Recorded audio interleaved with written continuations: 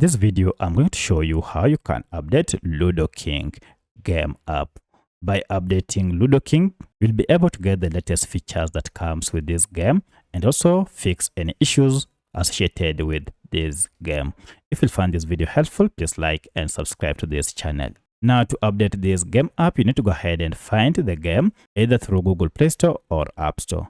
For my case, I'm on Android, and therefore I'll go ahead and look for Ludo King through Google Play Store. Now for this, if I go to Google Play Store here, make sure you are logged in with your Gmail account, and then you should see a search bar on top here. If you can't find the search bar, you should see a search icon down below. Tap on it and then just search your app by name. So I'll search for Ludo King like that, and then tap on search. Here you can see our Ludo King game app is here, and we have an update, which means I've been using an outdated version that might not contain the latest features.